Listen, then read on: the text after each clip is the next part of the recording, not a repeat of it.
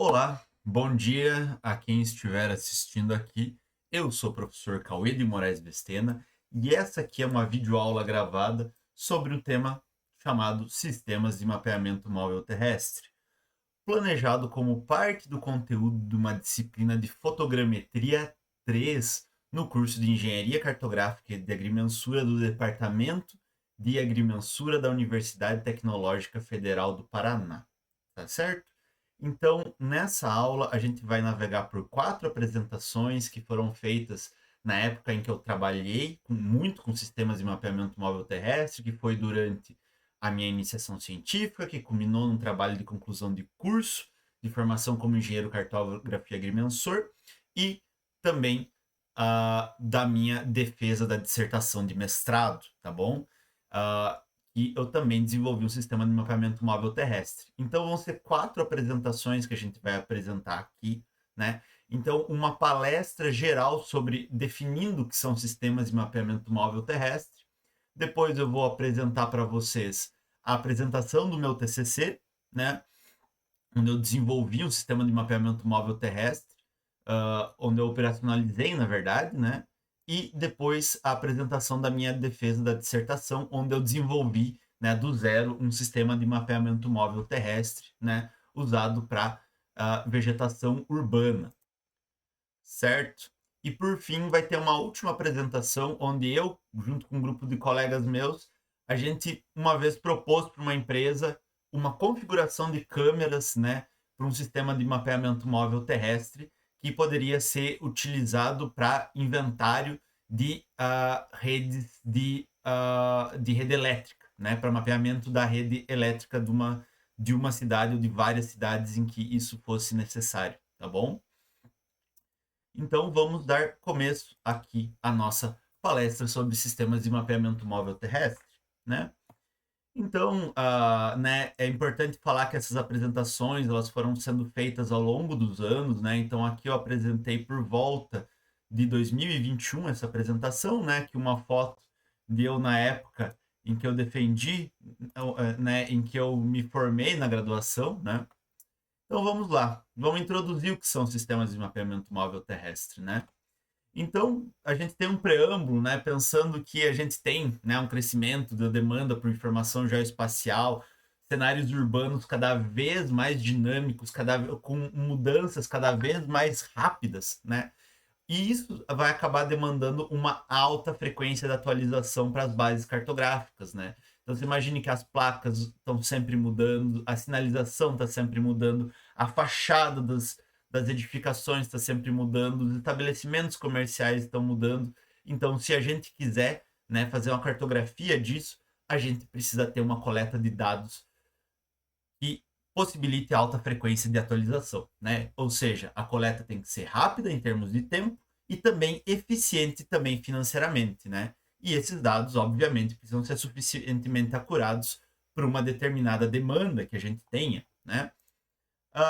Então, o problema básico, né? A gente quer mapear feições, tipo essa árvore aqui, né? E que numa vista em planta, olha só, é uma planta, né? A gente tem ela aqui, né? Então, o que que interessa para a gente dessa planta aqui, né? Um ponto considerado aqui, né? Que essa é a abstração básica que a gente faz no mapeamento de feições, né? Como árvores, por exemplo. A gente representa, né? Ela como um ponto no espaço, né? E a gente pode colocar o atributo lá no contexto de SIG, que ela é uma árvore, que ela é de uma determinada espécie, né? Mas geometricamente, para a gente, o que, que interessa, né? Aqui o vetor posição com relação ao sistema de referência, né? Ao modelo elipsoidal, o sistema geodésico de referência, né? Pode ser o nosso querido Sirgas 2000 aqui, para a gente obter latitude, longitude e altitude elipsoidal desse ponto, para que a gente tenha isso posicionado em 3D com relação ao nosso sistema geodésico utilizado, certo? Então é isso que interessa para a gente, essa abstração que a gente vai usar para representar num mapa essa feição, como essa árvore, por exemplo, né? E aí nesse contexto, né, a gente quer mapear ela. Então, se a gente olhar aqui, né, a gente pode simplificar a posição dessa árvore como x da árvore, y da árvore, z da árvore, certo? E Depois, então, a gente pode considerar que a gente tem como posicionar, né? Olha só o exagero que eu coloquei na época aqui, né? Uma plataforma móvel com um sistema de navegação ali, onde a gente também vai ter ele representado por um ponto, né? A posição dessa plataforma de mapeamento, onde a gente vai ter o X do carro, o Y do carro e o Z do carro, certo?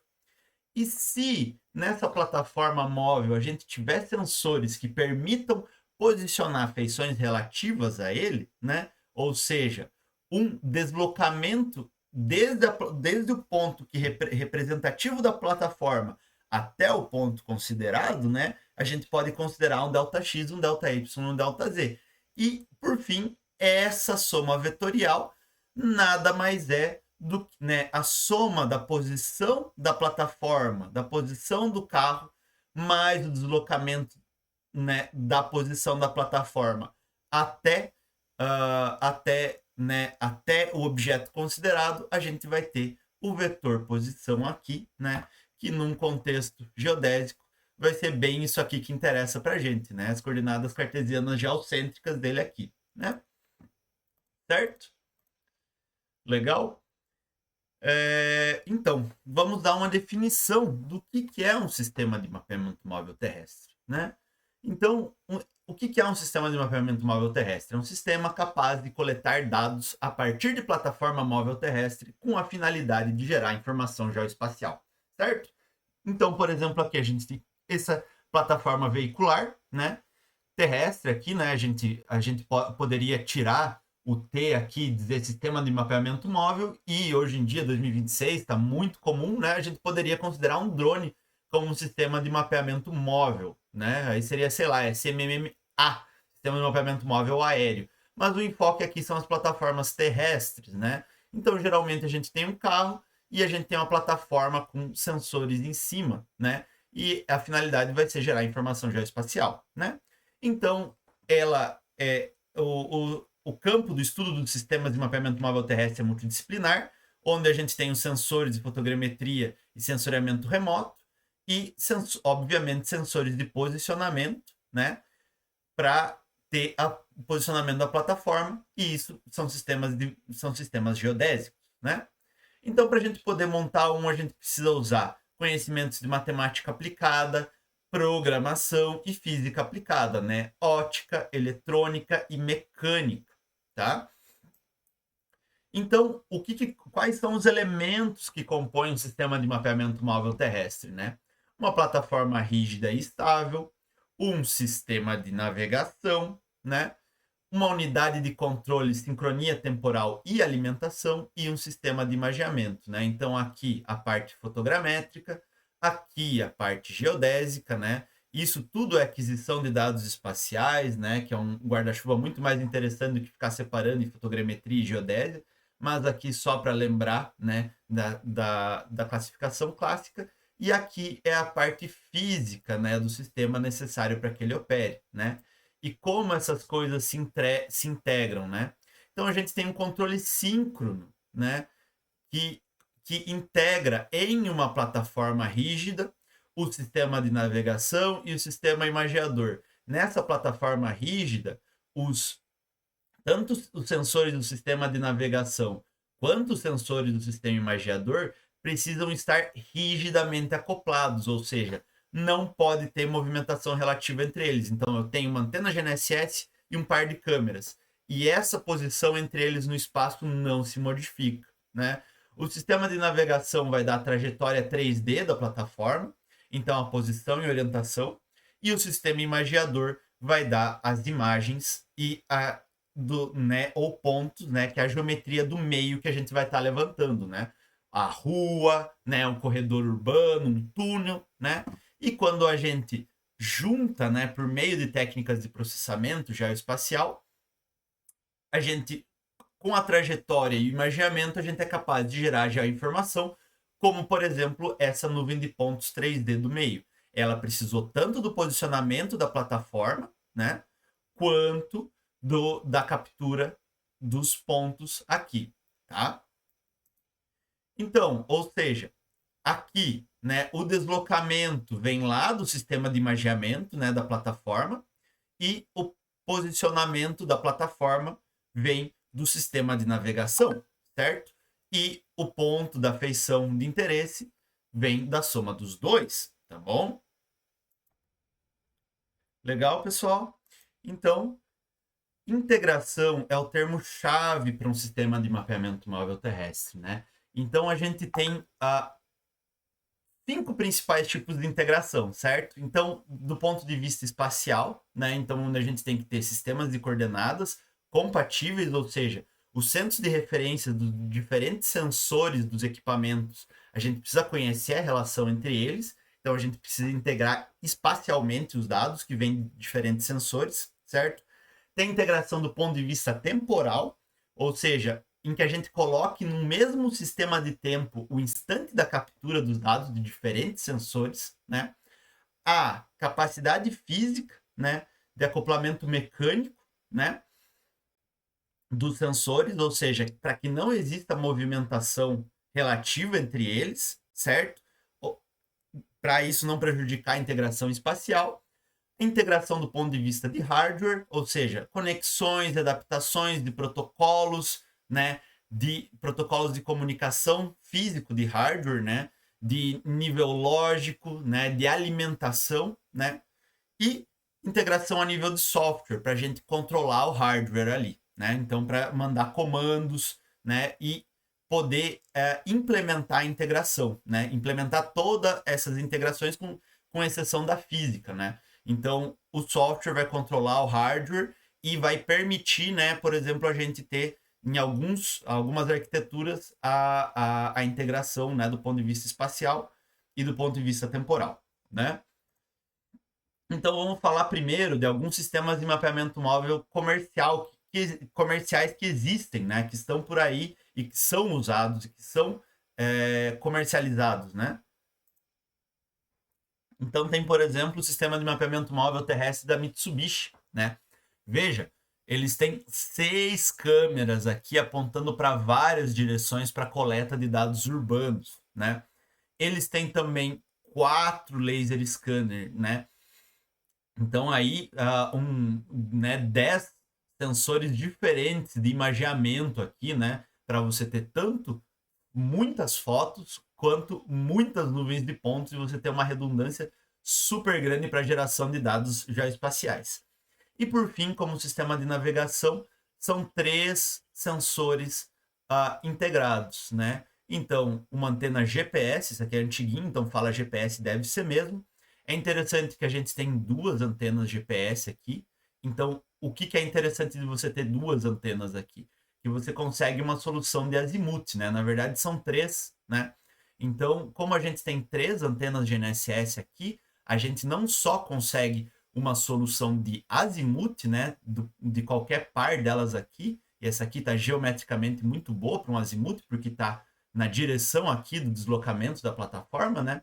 Mas a gente também consegue com esses 3 pontos uma solução de orientação, porque você vai ter um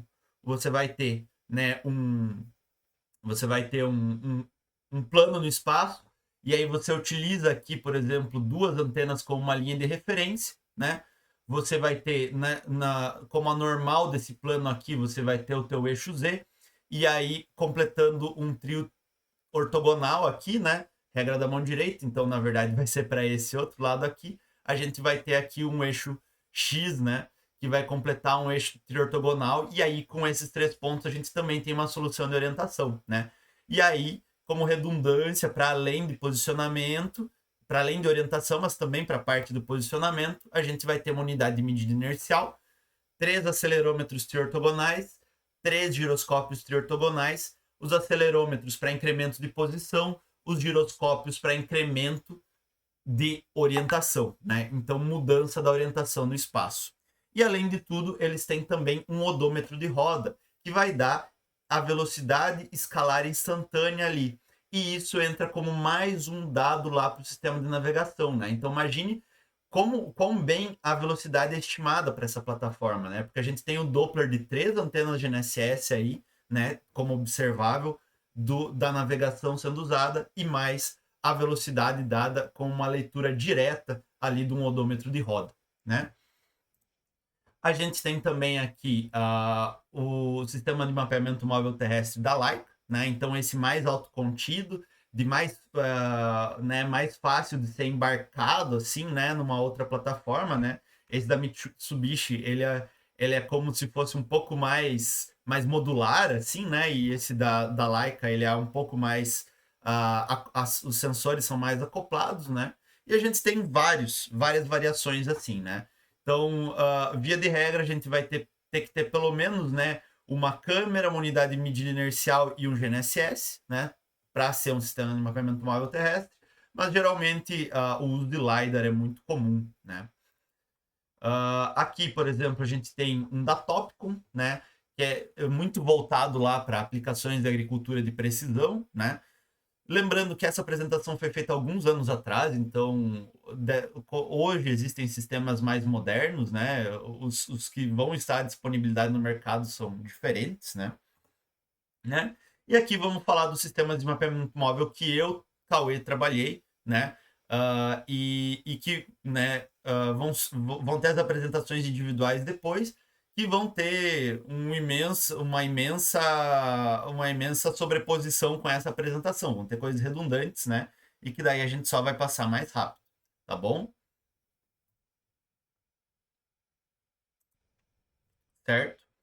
Então, né, eu trabalhei lá no antigo laboratório de aquisição e processamento de dados espaciais, do meu querido professor Daniel Rodrigues dos Santos, né, que hoje trabalha no Instituto Militar de Engenharia, no laboratório Titã, um laboratório incrível, adoraria que vocês conhecessem, né? E por fim, então, né, por conseguinte, no meu trabalho de conclusão de curso, né, eu operacionalizei, né, um sistema de mapeamento móvel terrestre com custo considerado médio, né? Então aqui a gente tinha um sistema de navegação, né, composto por uma unidade de medida inercial, né, com giroscópio, com acelerômetros microeletromecânicos, né, então de baixo custo, porém com giroscópio de fibra ótica, né, que é de um custo mais elevado. Esse aqui, se eu não estou muito enganado, na época era em torno de $50.000, né, esse sistema de navegação integrado, né. Uma antena GNSS GPS 702 GGL, com a tecnologia Pinewheel da Novatel, que oferecia, né, de acordo com um artigo publicado por eles, né, um desempenho contra multicaminhamento compatível, né, similar ou muito ou competitivo com uma antena choke ring, né? Como sistema de imageamento eram duas câmeras Canon EOS T2i Rebel, né, de 18 megabytes, né? E eu criei um sistema de disparo sincronizado, né, usando microeletromecânica, né? Microeletrônica, perdão, pessoal, né? Então aqui a finalidade, né, desse sistema de mapeamento, né, era uma finalidade de cartografia geral, né, cadastral, de qualquer coisa que vocês quisesse fazer, né? Porque teve um outro que eu trabalhei que tinha uma finalidade mais específica, a gente vai ver daqui a pouquinho, né? Tinha uma plataforma de fibra de carbono e o acoplamento, né, era feito nas barras do teto de um carro com garras e porcas, tá bom? Então, no mestrado, eu trabalhei, né, com um sistema de mapeamento móvel terrestre de baixo custo, cerca de R$ 1.200 na época, em 2018, né? Tinha um imaginamento com uma câmera vermelho e infravermelho, né? Então ela capturava também o infravermelho, né? Ela já tinha um computador embarcado na plataforma, então o sistema aqui era totalmente autocontido na plataforma, né? No anterior, ele precisava estar conectado ao notebook que ficava na parte interior do carro, né? Aqui o sistema estava todo autocontido aqui, né?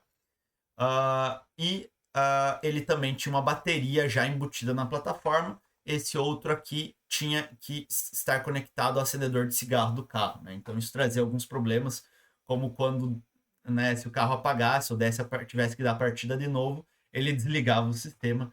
E aí já nesse que foi feito depois, né, ele já tinha uma plataforma autocontida, certo? Como o sistema de navegação tinha uma unidade de medida inercial de baixo custo e e um GNSS, né? Uma antena GNSS. E aquela câmera que a gente já falou, né? Então, a finalidade era mapeamento da vegetação urbana, por isso imageamento no infravermelho próximo, né?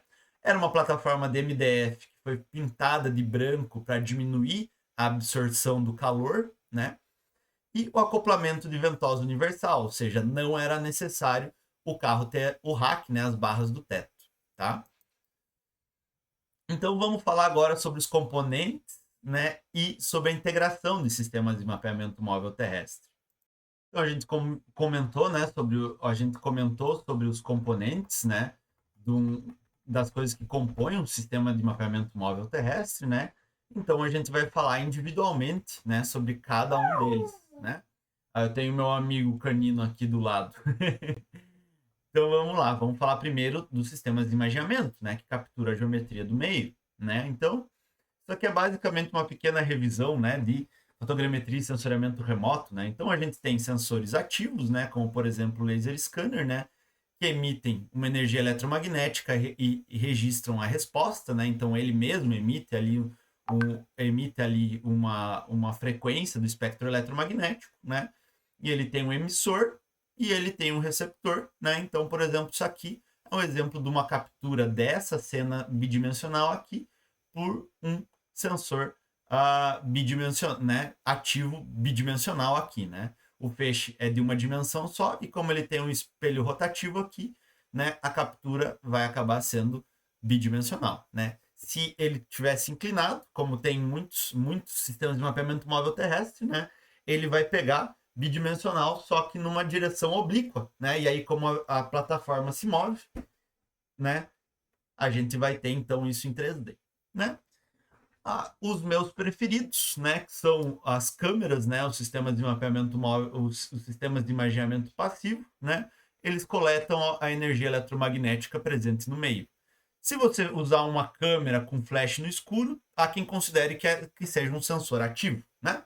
Mas, né, fica aí a discussão, né, ontológica aí, né? Então aqui as câmeras, né? A fotogrametria eu gosto de definir como o processo reverso da fotografia. Então, na fotografia a gente captura cenas bidimensionais da nossa realidade que é tridimensional. Nesse processo a gente perde a profundidade, né? Porque qualquer ponto ao longo dessa reta aqui iria ser mapeado, né, sobre o plano com a mesma posição no espaço, né? Qualquer um ponto aqui teria a mesma posição aqui no plano de projeção da câmera, né? Então a gente perde essa informação de profundidade, né? Então a gente tira essas imagens bidimensionais, só que com a fotogrametria, né? Aqui, ó, por exemplo, qualquer ponto ao longo dessa reta aqui, né? Iria parar aqui no plano. Mas, quando a gente pega essa outra reta, a gente consegue fazer uma interseção aqui no espaço, né? Porque se o ponto fosse aqui, nessa outra ele iria parar numa outra direção diferente, né? Então isso aqui gera a geometria epipolar que a gente chama, né? Porque ele diz que o centro de projeção são das duas câmeras, o ponto no espaço e os dois pontos na imagem todos pertencem ao mesmo plano, considerando a geometria projetiva pura, né? Aí tem também a questão da calibração das câmeras, né? Certo? E aí, então, né, vocês podem ver que eu gosto muito mais de fotografias do que de laser, né? É, é a minha tecnologia de imageamento preferida. Então, né? Os sensores ativos, a gente tem alguns laser scanners planares, como eu já mencionei antes, e a gente também tem os 360, né? Geralmente o feixe é unidimensional, mas, por exemplo, esse 360, ele rotaciona ao redor desse eixo e rotaciona ao redor desse eixo aqui, então ele vai ficar apontando para várias direções, né? E os passivos, basicamente, são as nossas queridas câmeras fotográficas, né? Existem outros tipos, existem outros tipos de geometrias de câmeras, né? Câmeras omnidirecionais, né? Existem câmeras fisheye, mas hoje a gente não vai entrar tanto nesse detalhe, tá? E existem também câmeras de eventos, né? E outros tipos de câmeras que são fantásticas, mas a gente não vai entrar muito nesse detalhe hoje, tá bom? E por fim, esses sensores, a gente tem a questão de calibração deles, né? Então, os sistemas ativos, né, eles precisam, né, uma calibração que se assemelha com a calibração que eu vou falar para vocês dos sistemas de navegação. Então, vamos deixar para falar depois. E enquanto que os passivos, eles precisam ter as distorções causadas pelos sistemas de lente sendo modeladas para que a gente recupere a geometria projetiva pura, né, dessa condição de colinearidade aqui, né? Centro de perspectiva, o ponto na imagem, o ponto no terreno, né, pertencem a uma mesma reta no espaço, ou a condição aqui de epipolaridade quando a gente está falando de duas imagens, né? E isso, por causa do sistema de lentes, não se mantém, né? A gente tem distorções no plano da imagem, né? Então a gente realiza uma calibração, né? Tendo pontos de controle, fazendo um ajustamento, né? Essa é a técnica padrão, né? Lá na apresentação do TCC eu vou falar um pouco mais para vocês, né? E aí, tendo as fotos originais com os parâmetros de calibração, a gente vai ter aqui as fotos retificadas, tá bom? Né? Então, aqui a gente vai ter os sistemas de navegação, né? Então, eles vão capturar a posição e a orientação instantânea da plataforma, né? Certo? Então, a gente tem, basicamente, sistemas de navegação absoluto, nosso querido GNSS, com as nossas queridas constelações maravilhosas, né? O GPS, o Galileu, o GLONASS e Beidou, né? Se vocês abrirem, né, o celular, vocês vão ver que vocês têm dezenas, né, de satélites disponíveis para a gente capturar a nossa posição a qualquer instante, né? Então aqui eu mal e mal abri e a gente consegue visualizar que a gente tem, né, várias dezenas de satélites disponíveis, 60 satélites disponíveis de todas as constelações aqui. Isso é maravilhoso, né? Eles basicamente determinam a posição por meio de uma trilateração espacial, né? Geometricamente, tendo 3 satélites, a gente determina a posição de um ponto no espaço por meio da interseção de 3 esferas, né? Que produz geometricamente 2 soluções, sendo que uma delas não se dá no planeta Terra, né? Aqui é um caso em que dá a posição bem certinha aqui, mas pode ter 2 soluções, né? E claro, como o GNSS também é um sistema de tempo, né? Existe também a necessidade, quando a gente está falando de uma constelação única, né? A gente precisa de pelo menos mais um satélite para resolver o bias, né? O offset, a tendência do relógio, para a gente modelar o chamado erro do relógio, né? Em inglês o nome é mais interessante, né? O clock offset, né? E quando a gente tem multiconstelações, a gente vai precisar de pelo menos mais um satélite por constelação, né? Para modelar o bias entre constelações, né? E também, é claro, os sistemas de navegação relativos, né? Que são interessantíssimos e que, infelizmente, nos cursos de engenharia cartográfica e agrimensura se tem pouquíssima tradição de estudar eles. Eles são sistemas de navegação importantíssimos para a geodésia, muito usados na aviação e para várias plataformas, né? Então, basicamente, eles são relativos porque eles funcionam de maneira incremental. Então, imagine que você quer saber a tua posição, né? Numa linha reta, e você fecha os olhos e você vai somando, né, nesse sistema unidimensional a largura do seu passo, né? Então aí você, digamos que você tem um passo muito bem calibrado, seja de 1 metro, né? Tua posição no instante 1 vai ser 0, no instante 0 vai ser 0, no instante 1 vai ser 1, né? E aí por diante, certo? Algum momento você vai abrir os olhos e olhar para trás e ver que você não seguiu a linha reta, né? Porque você só esteve calculando incrementos, você não tinha ali você não tinha ali a referência, né? E nos sistemas relativos a gente tem muito essa questão, né? Então os giroscópios, como já mencionados, eles vão servir para incrementos, né? Mudança de orientação, e os acelerômetros para mudança de posição. E isso dá para a gente um sistema de navegação integrado, né? Integra esses dois com um equacionamento elegantíssimo, né, usando cálculo diferencial e integral, né, para dar uma solução de posição e orientação incremental relativa com relação à posição original. E quando a gente integra, né? E quando a gente integra os dois, a gente tem uma solução única que usa o melhor de cada um deles, né? O posicionamento absoluto, com a capacidade de determinar a posição com relação ao geocentro, né? Com relação ao sistema geodésico de referência, e o relativo, capaz de determinar uma solução de orientação, que é importantíssimo, e também dar incrementos de posição para a gente ter posicionamento de altíssima frequência, 60 Hz, 100 Hz, 120 Hz, às vezes até 240, né? Quando geralmente os sistemas de GNSS operam a 1 Hz, né? Uma solução por segundo, né? Certo? Então, o que é interessante de se né? Aqui mostrando alguns exemplos, né? Sistemas absolutos, né? Desde médio, alto custo, até sistemas de baixíssimo custo, né? E tal. E a gente vai ter também diferentes modalidades de posicionamento, né? Posicionamento por ponto e posicionamento relativo.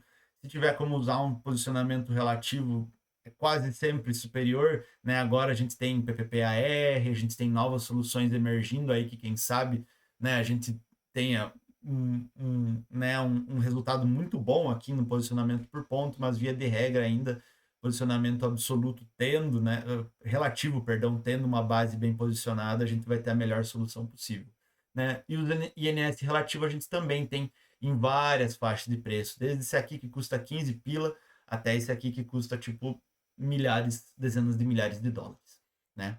E sistemas superiores a esse aqui também existem, né, usados muito na navegação civil, né? Então, eles também demandam calibrações, né? Muitas vezes já vem de fábrica, né? Então, erros de zeros, delays internos, diferença dos centros de fase, né? Das diferentes frequências do GNSS, né? Então, né, os sistemas GNSS absolutos, né? Eles vão depender de sinais. Quais são, né? Os pontos fracos, né? Dos sistemas absolutos, né? Aqui no caso, né, a gente falou que eles demandam calibração, mas a gente não vai entrar nos detalhes, né? Então, o sistema GNSS tem a calibração dele, né, fazendo um processamento, né, e observando em determinadas condições. Geralmente a gente determina, né, os deslocamentos entre os determinados centros de fase, né? E o inercial a gente determina os erros de zero, né? Então, quando o acelerômetro está parado, o que ele mede? Ele deveria medir zero, mas às vezes ele vem de fábrica medindo, né, uma outra constante, né? A mesma coisa para o giroscópio, ele deveria medir zero de velocidade angular e ele mede alguma coisa ali, né? E tem também delays internos, esses offsets internos, mas também tem fatores de escala interno, tem também a não perfeita ortogonalidade, né, entre eles, né? E agora a gente vai falar sobre as desvantagens de cada um, né? Então, os sistemas absolutos, eles dependem de sinais externos. Isso faz com que eles recebem os sinais externos, isso é o que é ao mesmo tempo ponto forte, né? Permite eles determinarem, né, no contexto atual, determinarem a posição absoluta deles, mas com isso eles vão sofrer de multicaminhamento, por exemplo, né? Então, sinais refletidos aqui, né? Eles são capazes de posição absoluta, mas eles podem sofrer interferência, eles podem sofrer jamming, né? E em cenários, né? Por exemplo, lá na Ucrânia, hoje em dia, é bem ruim de se usar posicionamento por satélite, porque um lado pratica jamming com o outro, né? E não só jamming, como também aquela outra, que me fugiu o nome, que é para negar sinal, né? O jamming é para prejudicar o sinal, e tem o spoofing, né, para você simular um sinal falso que vai deteriorar essa solução aqui, né? Então, depender de sinais é a dor e a delícia de depender de sinais externos, né? Certo? E os sistemas relativos, eles não dependem de informações externas. Eles são autocontidos, eles observam condições da física do meio, né? Então a gente pode ter, além dos giroscópios e dos acelerômetros, a gente pode ter magnetômetro, né? O magnetômetro pode sofrer interferência, mas geralmente a gente só usa giroscópio e acelerômetro porque aí ele realmente é completamente à prova de qualquer tipo de interferência, né? A menos que você chacoalhe a plataforma, né? Mas aí só uma interferência física direta, né? Então ele é completamente imune a jamming, ele é completamente imune a spoofing, né? A menos que alguém conseguisse manipular ondas gravitacionais, né? Então eles não possuem acesso a informações. E aí, justamente, eles não dependem de informações externas, mas ao mesmo tempo eles não possuem acesso a informações externas. Então os erros vão se propagar exponencialmente igual a qualquer controle. É o que eu disse o teste de vocês. Peguem uma fita crepe e tracem uma linha reta no chão. Ou simplesmente usem o alinhamento de um... só daí você não pode roubar sentindo, né, com o pé, porque daí você vai estar tendo informação externa, né? Então desenhe uma linha reta no chão e feche os olhos e comece a caminhar por ela e veja se você consegue se manter caminhando numa linha reta depois de 10 metros, né? Então, isso é intuitivamente o que acontece, né, nos sistemas de posicionamento relativo, né? Então, sem um controle, né, o erro vai se propagar exponencialmente, né? E aí, o que acontece quando a gente integra os dois? Um compensa as falhas do outro. E os pontos fortes de cada um dos dois se somam para um sistema de navegação fantástico, né? Então, quando a gente junta o GNSS e o INS, a gente passa a ter, primeiramente, uma solução de orientação, que vai também usar a velocidade vinda lá do efeito Doppler do GNSS para auxiliar, né? Já que ele dá ele dá aceleração instantânea, integrado vira incremento de orientação, né? Vira incremento de velocidade. Integra a velocidade instantânea, vira incremento de aceleração, né? Integra a velocidade, né? Vira integra o incremento de velocidade com a velocidade, né? Soma o incremento de velocidade com incremento de velocidade, né? Integra, você vai ter um incremento de posição, né? Então a gente vai ter uma maior estabilidade, uma maior redundância de observações, né? Isso é sempre bom para controlar os erros aleatórios, né? A gente vai ter uma solução contínua, então se você tem a negação de sinal GNSS, por exemplo, num túnel urbano, ele vai continuar computando a solução, né? A gente vai ter a capacidade de ter uma maior frequência de dados. A gente aproveita a solução com menos de 3 satélites, então 2 satélites e o inercial, você vai continuar tendo o teu posicionamento, né? A gente vai ter uma rápida reaquisição e uma proteção de perda de ciclos e multicaminhamento. Isso é fantástico, né? Porque como eu tenho um incremento de posição muito bom ali, né, no curto período, ali dentro de um segundo, sendo incrementado, você consegue filtrar uma solução GNSS que está sendo prejudicada por causa né, de erros como a perda de ciclos e o multicaminhamento. Então é fantástico, é simplesmente fantástico, né? Então aqui a gente tem justamente num teste da Furuno comparando, né, aqui, né, a solução integrada, né, e a solução, né. Então isso aqui é um teste antigo, é lá de 2015, tá? Hoje em dia está muito melhor que isso. Então, lá no começo, né, a gente tinha aqui, ó, a gente vê que o RMS aqui, né, mas isso aqui a gente está falando do erro médio. Agora, olha os maiores erros que aparecem aqui, né?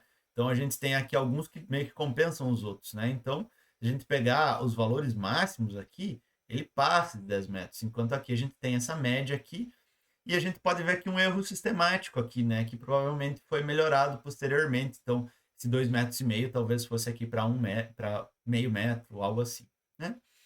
Certo? E a gente pode integrar mais sensores, né? Como já foi dado o spoiler lá atrás, né? No odômetro de roda, a gente pode integrar outros sensores para criar sistemas de navegação ainda mais acurados, ainda mais precisos, ainda mais redundantes e ainda mais com melhor controle dos erros aleatórios e maior controle de erros sistemáticos e erros grosseiros que podem aparecer na solução de posicionamento, né? Então, alguns exemplos: o odômetro de roda, a nossa queridíssima odometria visual, onde a gente pode usar uma câmera como sistema de navegação, né? Então, isso é como se fosse uma fototriangulação feita em tempo real, né? e aí a gente utiliza, né, uma câmera para posicionamento. Geralmente, a câmera para posicionamento não importa tanto a resolução da imagem, mas sim a frequência de captura dos dados, né? Então, a gente pode ter uma câmera no sistema feita só para auxiliar o sistema de navegação, né? A gente pode usar barômetros para, né, auxiliar na medida da altitude, magnetômetros, que eu já mencionei, então, para auxiliar na solução de orientação. O OBD veicular, para ele pegar, né? É interessante, todos os carros têm esse conector aqui, e ele consegue transmitir por Bluetooth a velocidade lida pelo odômetro interno do carro, né? Então aí você pode colocar essa velocidade lá, né? Aí tem, assim como tem o odômetro de roda, né? Que daí você precisa instalar na parte exterior do veículo, né? A gente poderia usar anemômetros, por exemplo, para usar essa velocidade do vento, né? Medir a velocidade do vento para ter a velocidade da plataforma. A gente poderia ter inclinômetros, né? A gente pode usar outros sensores que não vão servir para o posicionamento, mas que vão auxiliar, né, na modelagem de erros sistemáticos. Então, a gente pode usar termômetros, barômetros e psicômetros para modelagem instantânea da atmosfera, né? A gente pode usar também sensores de iluminação para ajudar as câmeras, né? E por aí vai. Né? Então, todo sensor praticamente é bem-vindo. E aqui a gente não tem preconceito contra sensor, né? Não tem esse negócio de ficar dividindo tanto em geodésia e fotogrametria. É tudo captura de dados geoespaciais, certo? Então, como que a gente vai fazer a integração espacial, né? A gente falou lá dos tipos de integração que a gente tinha, né? Então, a gente falou até agora, né, dos sensores para a gente poder fazer a integração a nível espacial, né? E como que exatamente ela é feita, né? Certo? Então, primeiramente, a gente precisa dos vetores de deslocamento entre os componentes, né? Então, lembra lá que eu falei que interessa para a gente a posição, né? Com relação interessa a posição geodésica, né, dos pontos, né? Então a gente tem aqui, por exemplo, no sistema de navegação integrado, né, com a antena e o GNSS, né, a gente tem a posição, né, a solução de posição determinada para o chamado centro de navegação da unidade de medida inercial, né? Então, para integrar aqui, para passar a posição da antena GNSS para o centro do IMU, a gente já precisa, né, da chamada lever arm, né, que vai passar a posição aqui do centro de fase para o centro de navegação do inercial, certo? E aí aqui a gente tem uma solução única para a solução de navegação. Aqui a gente vai ter o centro de perspectiva, né, das câmeras, que é o centro de referência para as câmeras, e a gente vai ter aqui o chamado lever arm, né, que vai dar para a gente aqui a posição aqui, né, do centro do centro de perspectiva das câmeras, que é o ponto de referência, né, das câmeras. Então, com isso, a gente já vai ter as imagens, né, já com o posicionamento deles referido lá ao geocentro, né? Então, com isso, a gente já tem o chamado georreferenciamento direto, né? Que a gente tem lá os parâmetros de orientação exterior, né? Da posição da câmera já determinados com relação ao geocentro, né? E a gente precisa, então, passar, né, com uma soma vetorial do centro de fase para o centro de navegação e depois do centro de navegação para o centro das câmeras aqui, né? Aí a gente também tem que a gente também precisa modelar a diferença de orientação, né? Então, o centro de fase do GPS é um centro pontual, né? Certo? E aqui, né, as câmeras elas possuem um sistema de eixos associados a ela, assim como a unidade de medida inercial também possui um sistema de eixos também associados a ela, né? Então aqui, se a gente pensar aqui, ó, por exemplo, colocando aqui um este-norte de um sistema geodésico local aqui, a gente vai ter uma orientação, né, dos eixos do inercial, e a gente vai ter uma outra orientação do eixo da câmera 1 e do eixo da câmera 2, né, que são diferentes, né? E aí, então, o que interessa para a gente é a orientação das câmeras, né? Mas a gente então precisa determinar a diferença de orientação aqui, né, a gente precisa determinar a diferença de orientação aqui entre esses eixos aqui do sistema da unidade de medida inercial e da câmera, né? Certo? E aí, então, quando a gente combina a orientação original com a diferença de orientação, a gente vai ter, então, a orientação que interessa para a gente, que é a orientação da câmera, certo? E como que a gente representa essa diferença de orientação? A gente representa a matriz de rotação representando as coordenadas do eixo do referencial 1, né, no referencial 2, certo? Então, quando a gente representa os eixos coordenados de um referencial representados como vetores no outro referencial, a gente tem essa matriz de rotação aqui, né? É uma álgebra pesada, tá, pessoal? Não é trivial isso aqui, certo?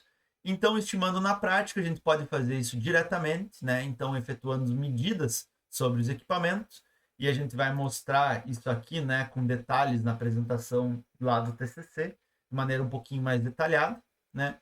Ou indiretamente, colocando tudo no sistema de equações, né? E aí, esses deslocamentos vão ser incógnitas lá e a gente vai determinar num bundle adjustment, né? Lá num ajustamento grande, a gente vai determinar posição da câmera ou refinar a posição da câmera e esses deslocamentos vão ser incógnitas lá no ajustamento. E de vez em quando lá pode, nesse mesmo bolo ali, ter também a calibração da câmera, né? Geralmente não é recomendado, né? Vir um espaço vetorial hiperdimensional, né? Então, às vezes é bom fazer em passos, né? Então, você fazer primeiro uma estimativa só dos parâmetros de calibração da câmera, né? Né? Para modelar as distorções da lente e depois só, né? Dos parâmetros ali dos parâmetros, né? Dos parâmetros chamados de montagem aqui, né? Então, dos vetores relativos aqui. É por isso que no meu TCC eu trabalhei com medidas diretas, né? Então, aqui, ó, por exemplo, no TCC, os deslocamentos, né, da unidade de medida, isso aqui expresso, né, expresso aqui nesse sistema de referência, né, aqui da unidade de medida inercial, né, o x e y dele aqui, né, a gente tem que da unidade de medida inercial aqui para a antena, o deslocamento estava principalmente aqui no eixo y, né, assim, né, todos aqui estavam ao redor do eixo y, né, e aqui no eixo X para a câmera da esquerda e no eixo X para a câmera da direita, né? E aí aqui um pouquinho de Z também, né? Então veja lá, né? A maior parte aqui então no eixo Y, né? X positivo para a câmera da direita e X negativo para a câmera da esquerda, né? Certo? Então aqui cerca de 33 centímetros e aqui cerca de 26 centímetros, né? Certo? E aí, por fim, né, os desalinhamentos aqui, né? Então, entre a unidade de medida inercial e a câmera esquerda. E esses aqui são os cossenos diretores, né? Então, aqui a gente pode calcular o ângulo que se formava. Então, o x da câmera esquerda estava 1 grau desalinhado do x da câmera direita, né? Perdão, o x da câmera esquerda com a unidade de medida inercial estava 1 grau desalinhado, por exemplo, né? Aqui quando a gente tem 90 é a diferença, né? Aqui também, né? X com Y ele estava 91 graus, né? Ou seja, não estava perfeitamente ortogonal, certo? Então aqui, ó, no X com X, Y com Y, Z com Z, a gente via diretamente os desalinhamentos. E quando a gente comparava, né, X com Z', por exemplo, aqui, a gente via a diferença com a condição de ortogonalidade que a gente buscaria, né? Então aqui, por melhor que seja a montagem que a gente faça da plataforma, a gente nunca vai conseguir, né? Voltando lá na plataforma, né? Foi feito para que ficasse o mais próximo possível, né, do alinhamento, mas nunca isso é possível, né? E por isso é um erro sistemático que precisa ser modelado, senão esse erro sistemático vai se propagar lá para a posição, né? E principalmente para a orientação, certo?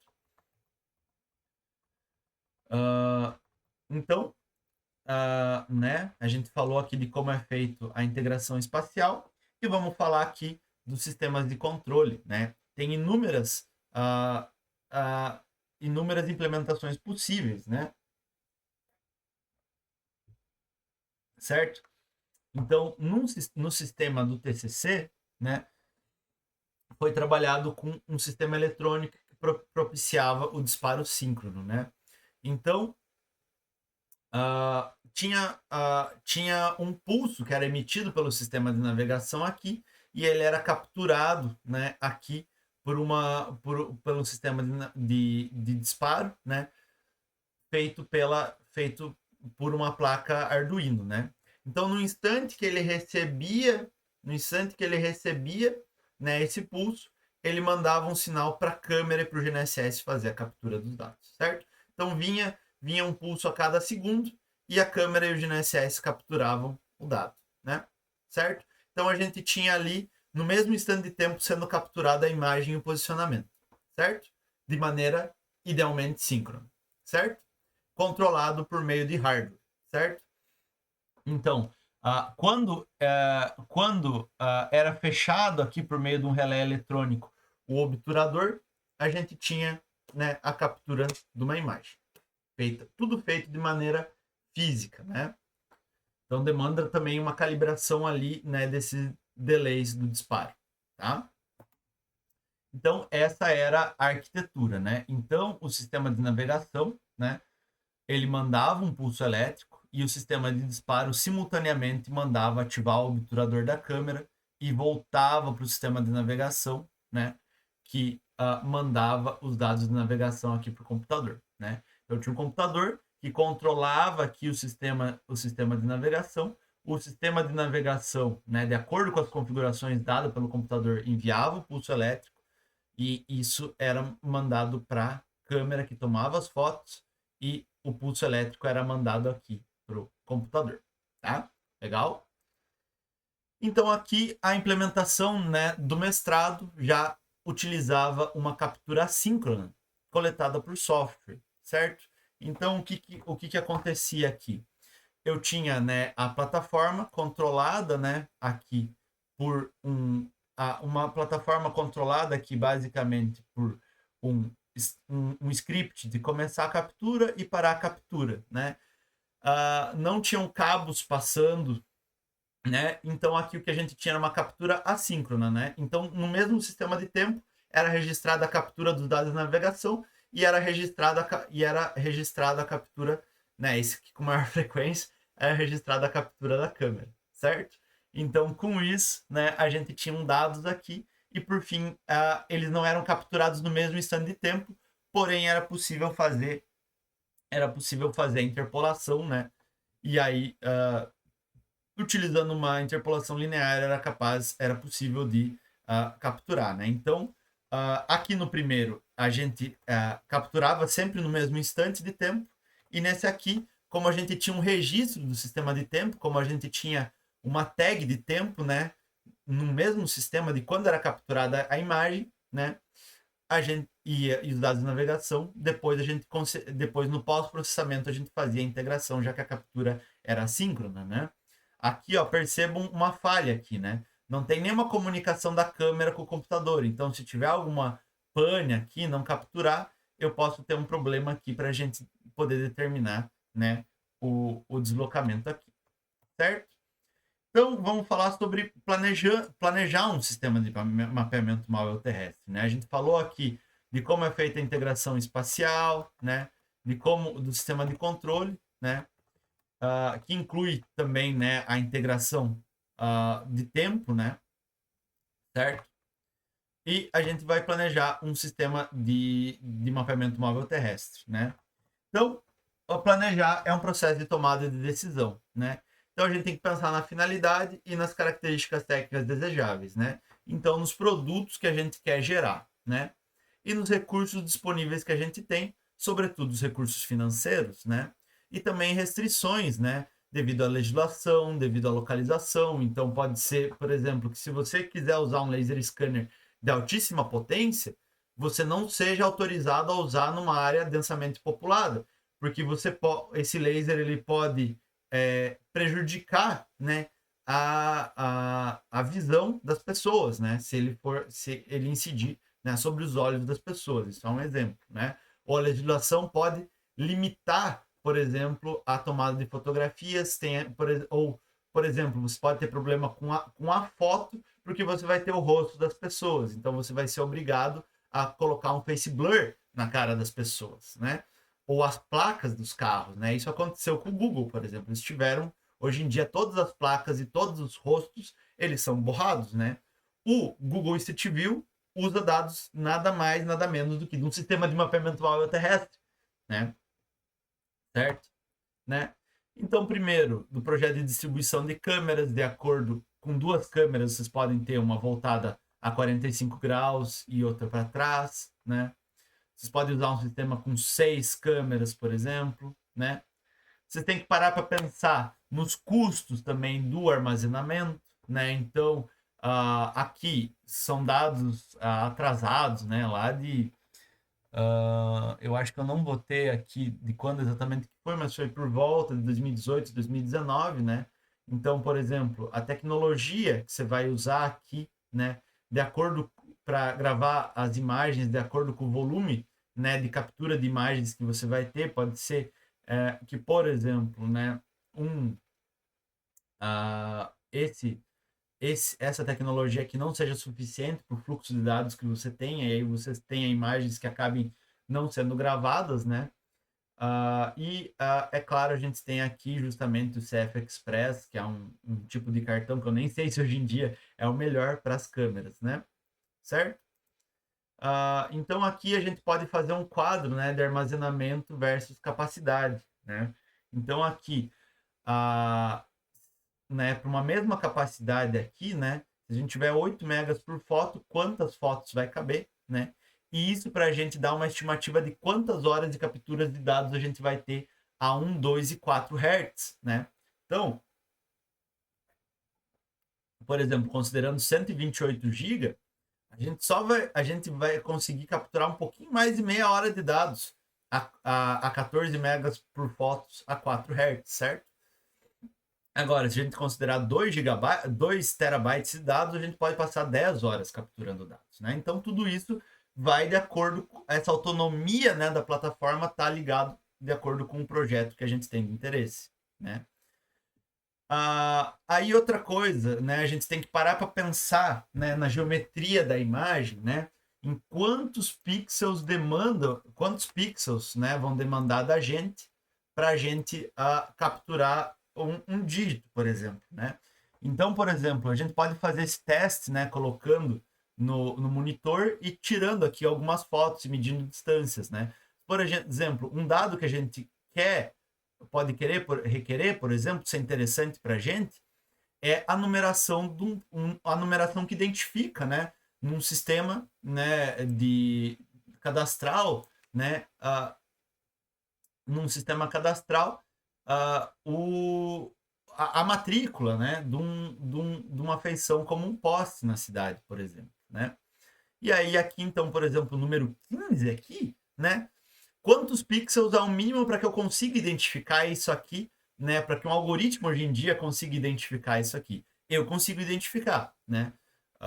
Mas então a gente pode fazer alguns testes aqui, verificar que, por exemplo, a 10 pixels, mesmo um algoritmo muito bom pode ter dificuldade de identificar um H ou um B, né?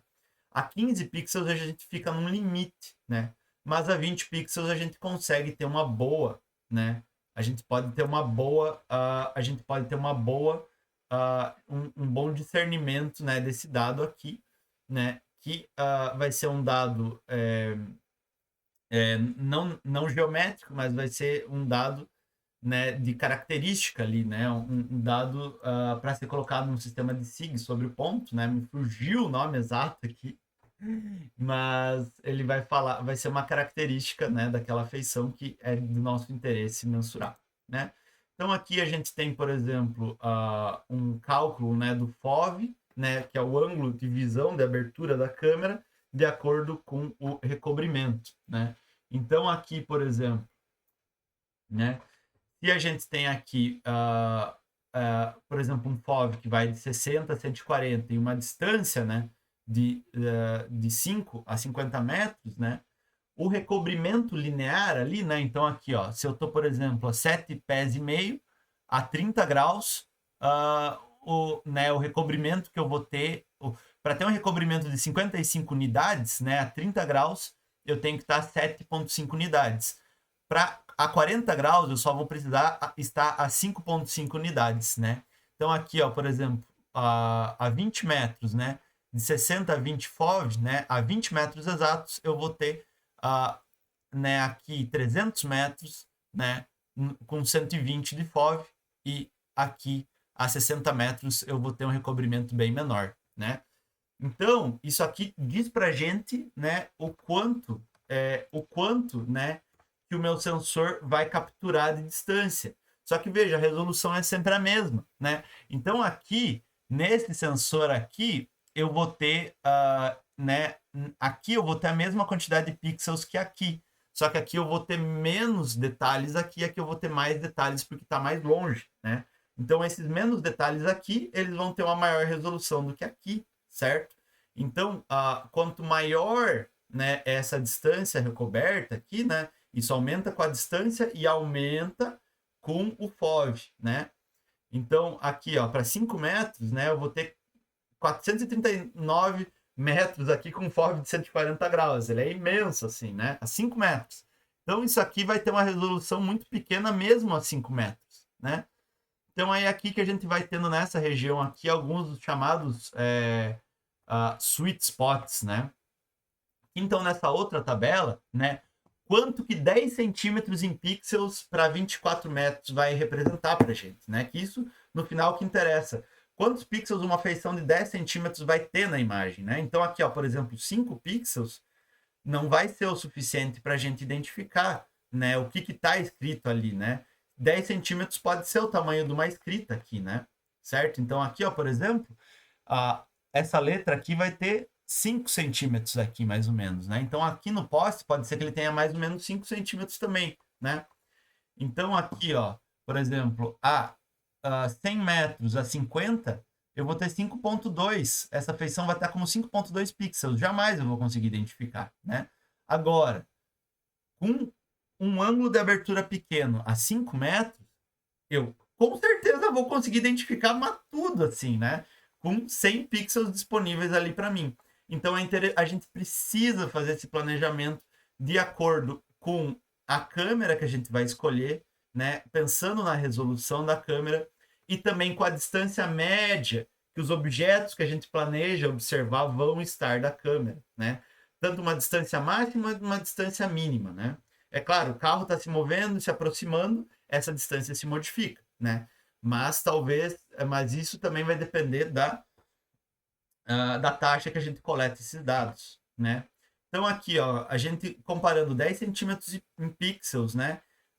Com diferentes câmeras, né? Então uma câmera de 45 megapixels, uma de 24, né? E uma de 24, só que com sensor menor, né? A gente vai ter aqui, né? A 85 graus mais ou menos de FOV, né? A gente vai ter a 5, 10 e 15 metros, né? Diferentes quantidades de pixels. E vejam, né? Que aqui nesse caso a distância impacta mais, né? Do que necessariamente o tamanho do sensor e a resolução, tá? Certo? Então, voltando, fatores para tomada de decisão, né? A distância das câmeras até as letras de interesse, né? Então, a amplitude dessa distância, né? A dimensão dessas letras também, né? Então, você vai ter que fazer um trabalho de campo, né? Ou consultar o cliente para determinar. Geralmente, essas letras são colocadas em plaquinhas de qual tamanho, né? Né? Não tem um padrão muito bom, às vezes é 5 centímetros, às vezes é 10, às vezes é 15. Beleza, você vai fazer o planejamento baseado no que você tem de menor, de 5 centímetros, certo? E também a questão do intervalo da tomada das fotografias, né? Então, maior campo de visão vai implicar numa menor necessidade de intervalo curto, né? Porém, vai degradar a resolução, mas vai demandar maior armazenamento, né? Um menor campo de visão implicará na necessidade de um intervalo mais curto, porém amplia a resolução e vai exigir maior armazenamento. Então, tudo isso tem que ser levado em consideração, né? Tanto para a tomada da decisão da disposição dos sensores, quanto do sensor, quanto da velocidade, quanto da velocidade de captura de dados E você também tem que levar em consideração a velocidade de movimentação da plataforma, tanto levando em consideração a movimentação, que é a velocidade do obturador da câmera, quanto também a legislação, porque existe uma velocidade máxima e uma velocidade mínima para você trafegar numa via, certo?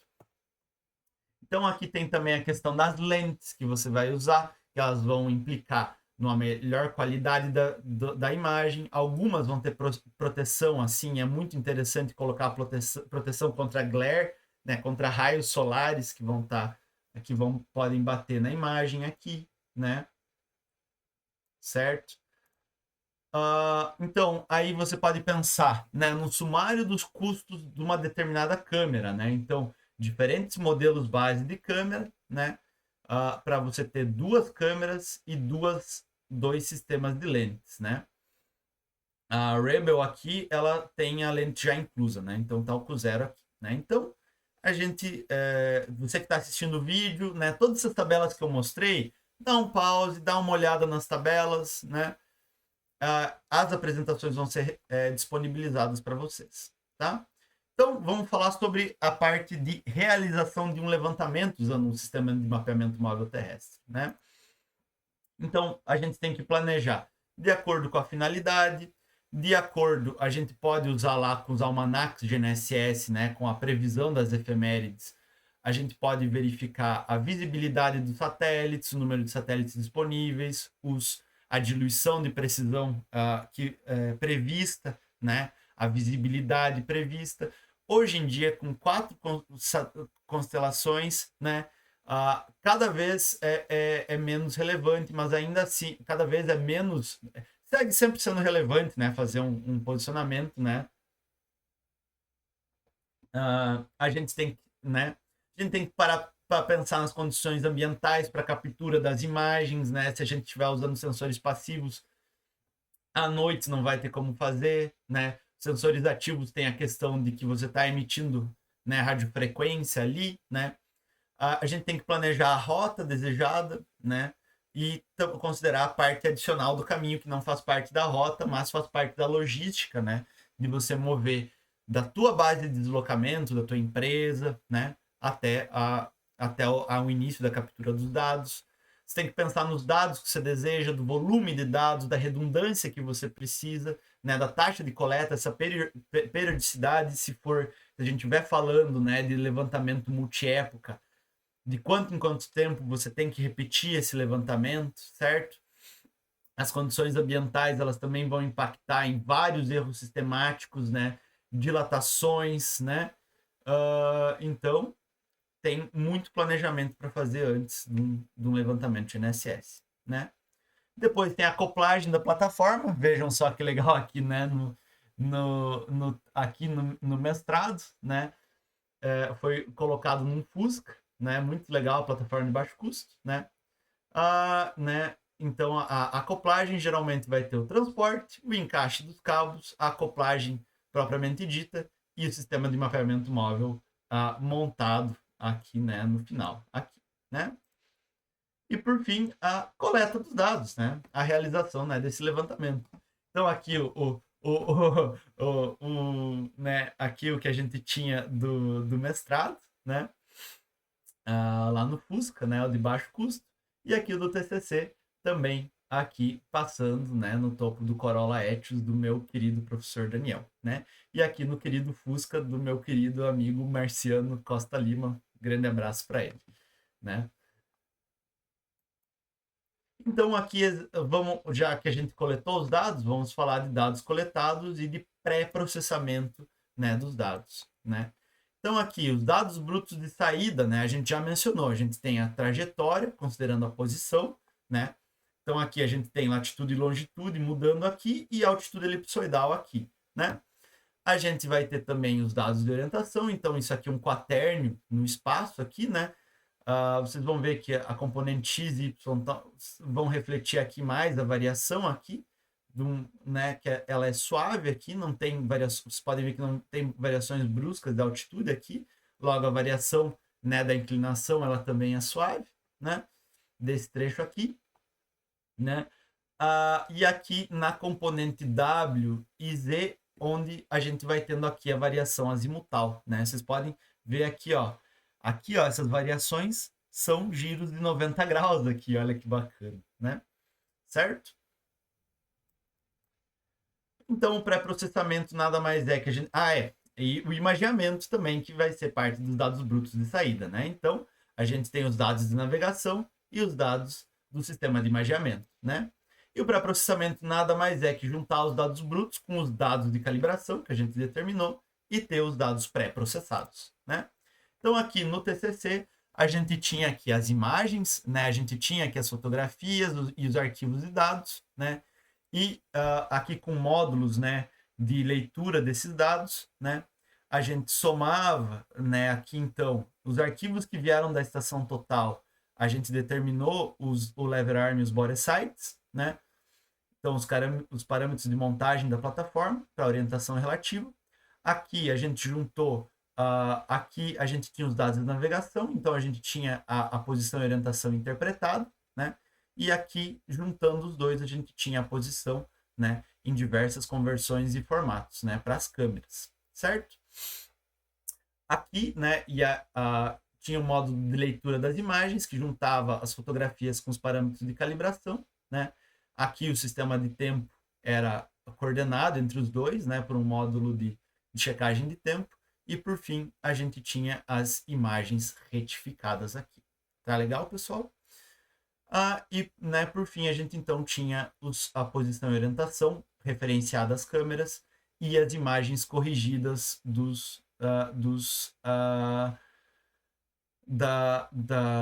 corrigidas, né, das distorções das lentes. Isso aqui prontíssimo para colocar num software de processamento fotogramétrico, né, sem ter que fazer mais calibrações, essas posições podendo ser consideradas fixas, né, com erros, é claro, né, sempre, e essas imagens aqui podendo você colocar os parâmetros de calibração lá dela como tudo zero. Inclusive, o centro geométrico da imagem é o centro de perspectiva, né, a projeção do centro de perspectiva, né, o ponto principal da imagem. Então, dados e produtos que podem ser gerados. Então, a partir desses dados pré-processados, a gente pode gerar produtos, né? Que produtos, né? Dados, primeiro de tudo, dados temáticos esparsos, né? Então, eu consigo coletar imagens, né? Com essas imagens, eu consigo triangular feições esparsas, como, por exemplo, placas. E a partir da informação semântica que tem da imagem, semântica é o nome que eu estava querendo lembrar aqui quando eu estava falando, né, do tamanho de uma letra, né, uma informação semântica, né? Então, aqui, né, a informação semântica aqui, né, eu posso gerar dado temático esparso, né? Então, usando né, da parte geométrica vem a posição, né, dessas imagens e dessas feições, dessas placas, e da imagem fotográfica vem a informação semântica, que isso aqui é uma placa, não sei bem do que, porque isso aqui não está no Brasil, né? Mas a gente pode daí depois colocar no sistema de informações geográficos o tipo de placa que estava aqui, tá? A gente pode ter dados temáticos densos, então a cada imagem eu capturo, né? Por exemplo, aqui no TCC, a concentração de vegetação nas imagens, então eu tinha aqui a imagem bruta, a segmentação aqui da imagem, só da parte de vegetação, né? E aí, com isso, calcular o percentual de pixels que era a vegetação, e a gente ter aqui onde a gente tem pouca vegetação e onde a gente tem muita vegetação, né? Olha só que legal, né? E aí, com isso, por exemplo, fazer um inventário urbano, né? Do nível de vegetação e isso ter uma conexão, né? Com a qualidade de vida no centro urbano. Outros produtos, por exemplo, nuvem de pontos densa 3D já referenciada, né? Então, isso aqui foi feito lá com o TCC, com o sistema de mapeamento móvel do TCC, né? E ele tem basicamente, com aquelas imagens, né? A gente era capaz de gerar uma nuvem de pontos densa 3D já referenciada aí, colorida ainda por cima, né? Ou também o modelo 3D, né, o mesh já referenciado, né, então já preenchido os buracos, mesmo que isso aqui fosse uma nuvem densa, ainda tem buracos ali, né, então a gente preenche isso e tem um mesh já referenciado. Isso aqui é o auge, né? Que é o modelo 3D, né? O mesh georreferenciado, colorido, com textura fotorrealista. Então ele sobrepõe sobre o modelo ali, ele pega a textura direto da fotografia e sobrepõe ali. E aí a gente tem um modelo 3D georreferenciado, colorido e fotorrealista. Ó, é, é, me faltam palavras para descrever o quão lindo é isso, né? Dá o auge do produto geodésico, né? E daqui a gente consegue extrair tudo. Claro, é uma coisa pesadíssima, né? A ortofotografia verdadeira, como a gente tem a nuvem de pontos densa capturada a nível de terreno, a gente consegue eliminar árvore, a gente consegue eliminar poste, a gente consegue eliminar edificação e ter uma ortofoto verdadeira a nível de terreno. Isso é lindo. A gente pode ter o modelo digital de terreno também, né? De elevação, né? Raster aqui, né? Derivado ali, né, do outro modelo. A gente pode gerar uma carta topográfica, né? Então, lembrando, né? Tudo multidisciplinar aqui, então a gente usou uma projeção cartográfica, a gente usou um projeto de simbologia, né? Tudo tá contido aqui, certo? Então, depois tem a questão do controle de qualidade, não é mesmo? Que é uma parte importante do ciclo dos dados cartográficos, né? Dos dados geoespaciais, certo? Então, basicamente, a gente teve aqui medidas de acurácia absoluta, né? Colocando pontos colocando pontos, né? GNSS, né? Então, a gente teve problema, né, na nuvem do TCC por conta de que a gente estava usando posicionamento por ponto, né, usando as efemérides transmitidas em tempo real, então a solução deixa muito a desejar, provavelmente era uma solução baseada em código só, inclusive, né? Então aí a gente teve aqui, né, algo em torno de meio metro, assim, né, certo? RMS aqui, né, na casa de 20 a 48 centímetros, mas quando a gente olhava, né, aqui para a acurácia relativa, em que medidas foram feitas no espaço, né, de, por exemplo, faixas de trânsito, janelas e meio-fio, né, o RMS era na casa de 9 milímetros, na verdade, né, sendo que alguns deles eram muito pequenos, né, eram na casa do submilímetro, né, com alguns poucos chegando perto, né, de né, aqui que teve 2 centímetros, né, foi um outlier aqui, né, mas na maior parte a gente tem menos de 10% de erro relativo, aqui, certo? E a gente pode falar então agora do futuro dos sistemas de mapeamento móvel terrestre, isso aqui está até um pouco defasado, né? Então, veículos autônomos e medição contínua, né? Um veículo autônomo precisa de um sistema de mapeamento móvel terrestre embarcado com um sistema de controle que gere informação geoespacial em tempo real para ele. Então, um pilar central, né, para que a gente tenha, né, um veículo autônomo é um sistema de mapeamento móvel terrestre completamente integrado a ele, capaz de processar informação geoespacial, né, tanto geométrica quanto semântica em tempo real. O que tem ali é um carro, é um pedestre, certo? Também a ideia do crowdsourcing, né? Então, num smartphone a gente tem sistema de controle, sistema de alimentação, uma plataforma rígida, sistema de magiamento, sistema de posicionamento, né? Então, por que não usar o smartphone como sistema de mapeamento móvel terrestre, né?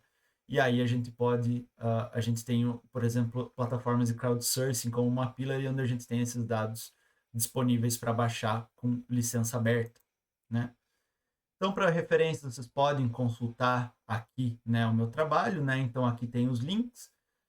Eles vão estar na descrição do vídeo, né? Aí os links também para vocês acessarem, né? Né? Então, o meu TCC, o desenvolvimento de mapeamento móvel terrestre, né? E também o desenvolvimento do sistema de mapeamento móvel terrestre de baixo custo para detecção da vegetação urbana usando redes neurais convolucionais, né? Então, espero que vocês tenham gostado desta apresentação E agora, então, a gente vai para as...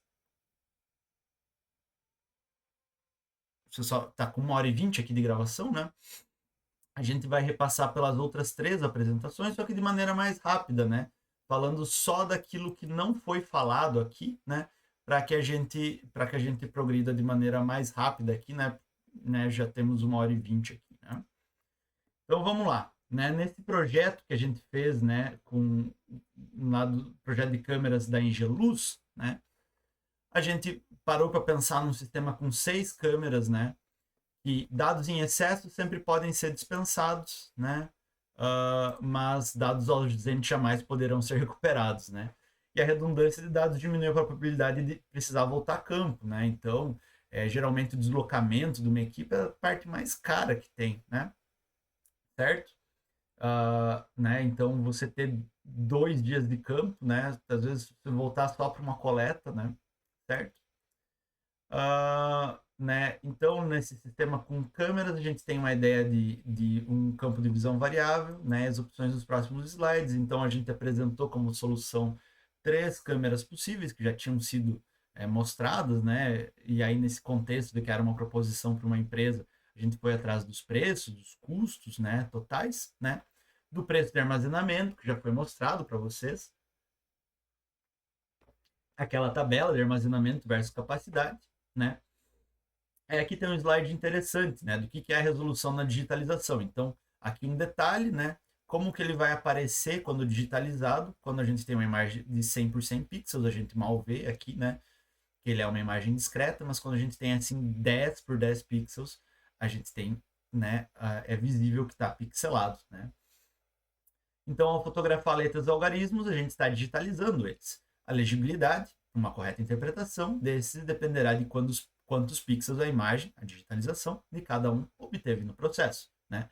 E geralmente a resolução é medida linearmente. Então, aqui 10 pixels essa imagem, né?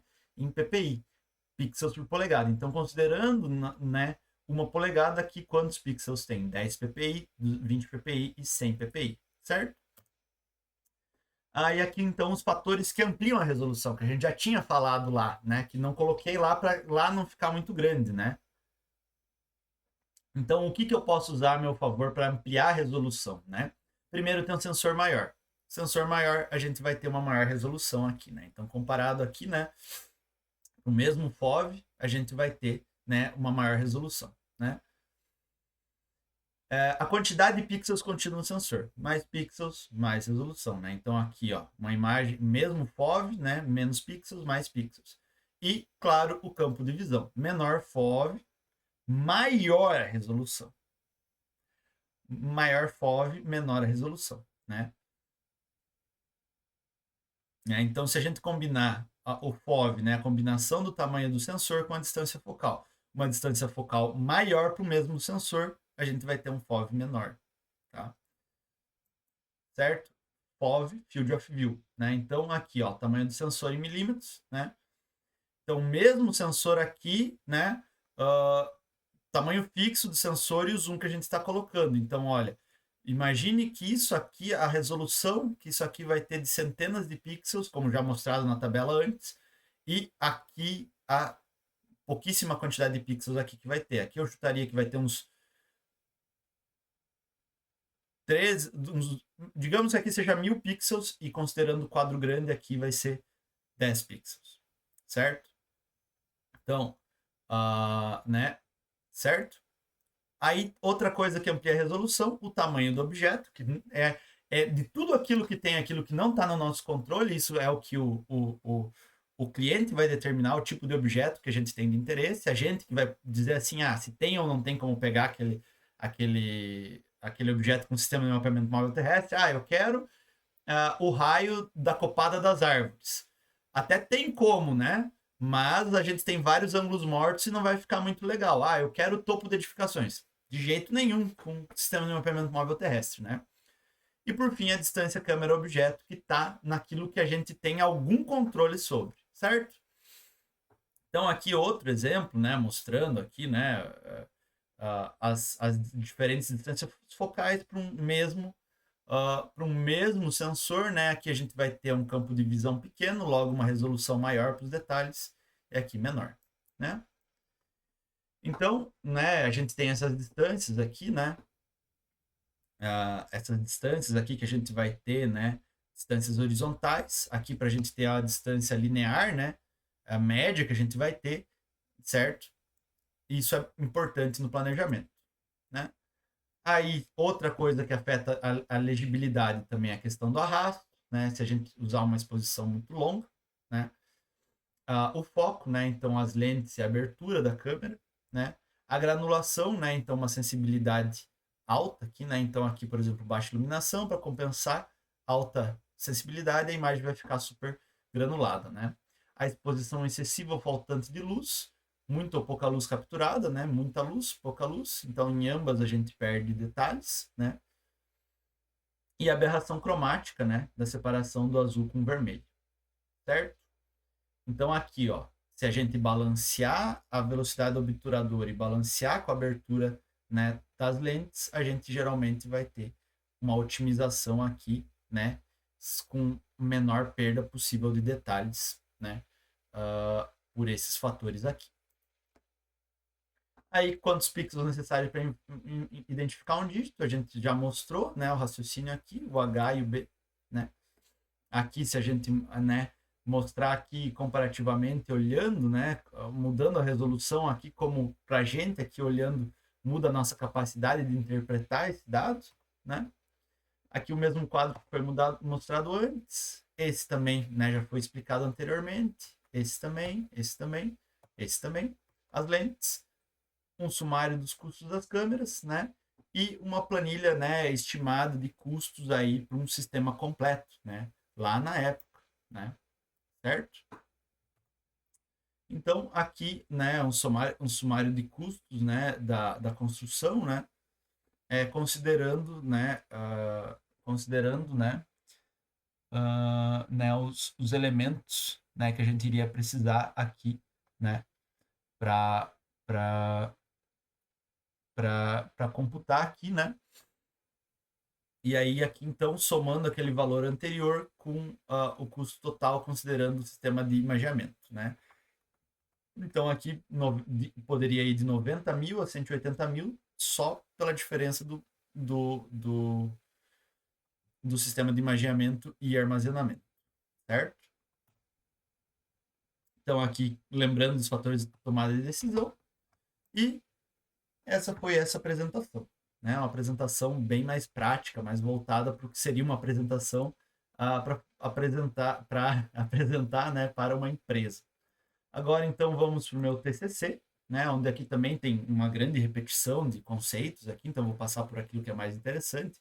A introdução é aquela mesma, né, a definição, né, também, né, é bom recapitular os elementos que compõem o sistema de mapeamento móvel terrestre, né, vamos pegar aqui de novo a lanterninha aqui, né, e o sistema de imageamento, né, a fotografia como processo reverso da fotogrametria, né, aqui foram usadas as duas câmeras, né, aí uma parte importante que foi parte do TCC a ideia, né, do ajuste fotográfico também, que às vezes é negligenciado nas aulas de fotogrametria, né?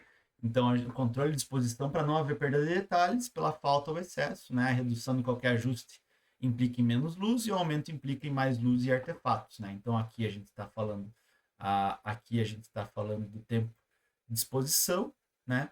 Que o tempo de exposição longo pode causar arrasto na imagem, né? Mas muito curto pode fazer com que a gente perca muita luz. A abertura, né? Uma abertura maior, a gente, né, vai perdendo a profundidade, né? Então, quanto menor a abertura, melhor, né? O f22 é uma abertura menor, a gente perde luz, mas a gente melhora o foco, né? E o ISO também, a gente ganha granulação para aumentar a sensibilidade do sensor, né? Então, esse é o triângulo da exposição, né? E a gente sempre tem que buscar um equilíbrio, né? As condições intermediárias, assim, né? Aqui falando do sistema de navegação, né? Já tinha sido muito bem introduzido para vocês, né? Né? Então, devem ser capazes de medir a posição 3D e orientação do sistema a um sistema global, certo? Os testes já mostrados, a integração, né, que é muito importante de revisar, mas o principal, né, que captura dados são sistema imagiador e sistema de navegação, controlado de maneira síncrona, numa plataforma rígida e estável, sem movimento relativo entre eles, né? Então aqui a plataforma, que vocês já viram. Aqui o sistema de disparo um pouco mais detalhado, né? Com o protocolo de operação dele aqui. Aqui a gente mostrando como planeja um levantamento. Aqui a realização do levantamento, né? Aqui os dados de saída, novamente, a navegação, posição e orientação, né? Então, a orientação dessa plataforma no espaço o tempo inteiro, né? Então, o dado de saída, a posição e orientação era determinado por inercial e não pelas câmeras. E os pares de imagens, né? Que no conhecimento completo da geometria formadora e das distorções, né? Então, aí a gente fez o pré-processamento dos dados, né? Para a fotografia, aplicando a retificação aqui, e para os dados de navegação, transformando eles, né, da posição do inercial para as câmeras. Então, a calibração das câmeras foi feita com a tomada de fotos, identificação de pontos, processamento e análise num ciclo, né? Então, a calibração usando, né, um padrão de chessboard, né, um padrão onde a gente tem aqui distâncias conhecidas no milímetro, né? E a gente tira várias imagens aqui, né? A gente faz a detecção completamente automática, filtragem das imagens onde não se detectou todos os pontos, né? E por fim a gente realiza o processamento, né? Usando um ajustamento pelo algoritmo de Levenberg-Marquardt, que é uma expansão, né, do nosso querido método paramétrico, né? Ele tem uma prevenção, né, contra mínimos locais, ele é muito interessante. E aqui a gente testou, né, várias combinações de parâmetros de calibração para a câmera, né? E aí, verificando o modelo que melhor recuperava a condição de linearidade, né? A gente determinou, né, que justamente, né, utilizando apenas o K1 e o K2, o modelo mais simples era justamente o que gerava o melhor resultado, né? Certo? Considerando o RMS, né, das câmeras aqui. Então, K1 e K2. Esse polinômio, o mais simples, foi considerado o mais adequado para as câmeras em questão, né? Ele foi o que melhor recuperou a linearidade aqui, 9916, 9939, né? Nas câmeras aqui, certo? E muito mais estável, né? A gente vê aqui, ó, que quando a gente olhava aqui para a parte da epipolaridade aqui, usando, né, os parâmetros descentrados aqui, a gente tinha um cenário muito, muito pior, né? Certo? Então, aqui um comparativo direto, né, dos parâmetros que foram determinados em todas essas parametrizações, né? E aqui a gente tem as distâncias focais, né? O ponto principal das câmeras, né? Da câmera esquerda, da câmera direita, e aqui os coeficientes, né? Vocês podem ver aqui que quando usava o K1 e o K2, né? O K2 ficava pegava, né, uma faixa maior aqui, ó, veja como fica o K1, perdão, pegava um pouco mais aqui, e aqui, olha, veja essa estabilidade aqui numérica, né? Então, geralmente, muitas vezes o simples é o mais interessante, né? Certo? A orientação relativa, né? A gente tem um referencial expresso no outro, né? Já foi apresentado para vocês. E aqui a calibração, né, da orientação relativa com pontos espalhados ao redor, né? De uma câmera e de outra, né? Aqui, né, então, o processo que foi feito, né, de coleta dos dados aqui, então, num referencial arbitrário definido pelos eixos aqui da estação total, com origem aqui, né, no encontro do eixo primário, do eixo secundário, do eixo de colimação aqui da estação, né, o nosso querido ponto Cardan aqui, então, aqui como origem do sistema, pouco importava onde estava a origem, a gente media esses alvos dispostos ao redor aqui, né, e eram 33 alvos aqui, certo? Então aqui, ó, foi feita a mensuração dos pontos, né? E o processamento foi feito, né, usando, né, a biblioteca Armadillo e C++, né?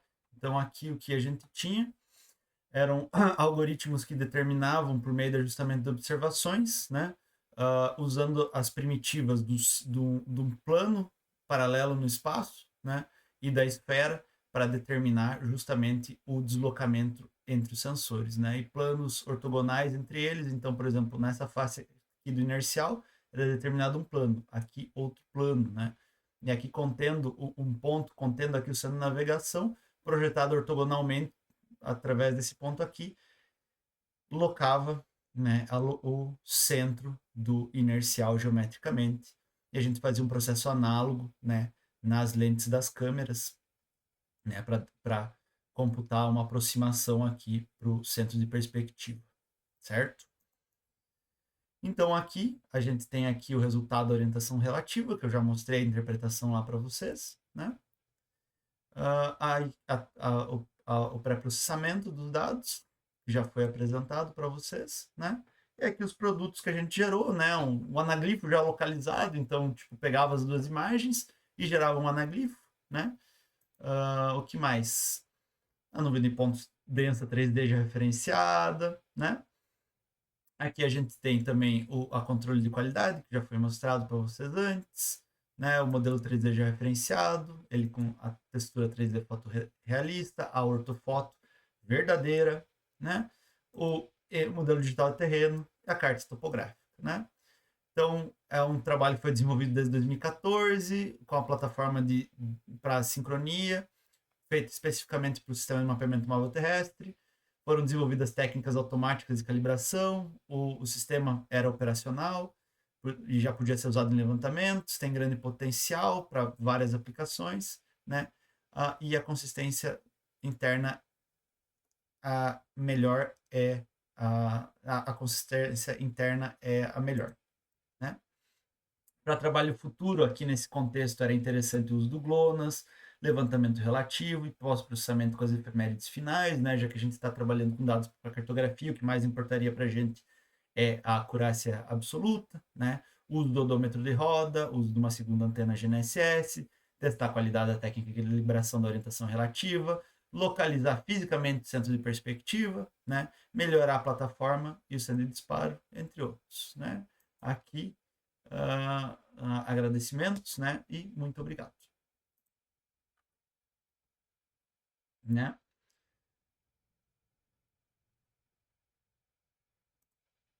Então agora vamos para a etapa final, né? Desenvolvimento que foi a apresentação da minha dissertação de mestrado, né? Então aqui o que a gente tinha, né? Então aqui uma apresentação, né? Era uma defesa de mestrado, né? Então aqui introdução, né? Aqui a gente estava falando da questão do mapeamento da vegetação urbana, né? Então nos cenários urbanos a gente tem a urbanização desenfreada atrás, né? Microclimas desagradáveis, impermeabilização, né? Poluição atmosférica, sonora e visual, né? Que afetam diretamente a qualidade de vida da população nas cidades, né? Então, a presença da vegetação em cenários urbanos atua como importante fonte da mitigação desses efeitos, né? Então, de acordo com Nicodemo e Primavera, controla o microclima, melhoria da qualidade do ar, reduz ruídos, né? Propicia permeabilização do solo urbano, né? Causando, no geral, tudo isso aqui um bem-estar populacional e uma estética agradável, né? Então, compara isso com isso, né? Certo? Então, aqui também, né, a gente tem evapotranspiração e infiltração, de modo que a gente reduz, né, a quantidade de água correndo aqui ao redor. A questão também da poluição sonora, certo? A motivação também, né, as árvores podem causar problemas quando em condições inadequadas também, né? Elas podem cair, podem causar acidentes urbanos, problemas que afetam a mobilidade, né? Né? Então, a premissa básica, né, é que, dada a importância da vegetação urbana, faz-se relevante conhecimento espacializado, né, o mapeamento de sua incidência e condição de saúde para planejamento de manutenção, manejo e expansão, né? E se para mapear haverão a necessidade da coleta de dados, como coletar os dados, né? Então, tem técnicas tradicionais que envolvem, né, trabalho de campo, pessoal super treinado, né, que geram dados confiáveis, mas com baixíssima produtividade, né, com alto custo, né, tanto financeiro quanto de tempo, né. Então, aí a solução proposta, né, a técnica alternativa, o uso justamente de sistemas de mapeamento móvel terrestre para essa finalidade de mapeamento da vegetação urbana, né, que tem a coleta rápida e eficiente, como a gente já viu, possibilita alta frequência de atualização e também não viola várias normas de segurança, como, por exemplo, o drone, né, mais complexo, né. E qual seria a primeira etapa do processamento, né? A diferenciação da informação temática, né? Então a gente tem a fotografia e a gente tem aqui, né, que imagens são ricas em informação, né? E para cada detalhe uma classe pode ser atribuída. Então aqui a gente tem vegetação, a gente tem via, a gente tem calçado, pessoas que vão estar na imagem, né? E essa tarefa se chama segmentação semântica, né? Então, aqui nas redes neurais convolucionais, né, que lá em 2020 estavam na casa de 84,5%, né, elas eram né, o estado da arte em segmentação semântica. Hoje em dia a gente tem também a arquitetura dos transformers, né, e elas são treinadas com amostras com resultados conhecidos por meio do algoritmo chamado Deep Learning, né, e iterativamente a qualidade da classificação evolui, né, e são capazes de gerar modelos complexos para classificações arbitrárias, né. Então aqui o que é fundo e o que é cachorro e o que é gato, né. Então, materiais e métodos aqui, né, o sistema de mapeamento móvel proposto, que já foi mostrado lá na apresentação, né, aqui com os sensores utilizados aqui, né, a antena GNSS, unidade de medida inercial, a câmera, né, e aqui o sistema de alimentação, né, a câmera, a bateria, perdão, os circuitos aqui para alimentação do computador, direta do computador, que daí alimentava, né, os sensores, né, e colocava tudo aqui no mesmo sistema de tempo, né. Então, o protocolo de controle, basicamente, da cabine do carro, a gente ordenava o início e o começo da captura dos dados, feito de maneira assíncrona, né. Então, aqui os dados coletados, né? Então, aqui a navegação 3D, né? O posicionamento referido ao WGS74, né? E o NS, o quaterno de orientação e aceleração livre.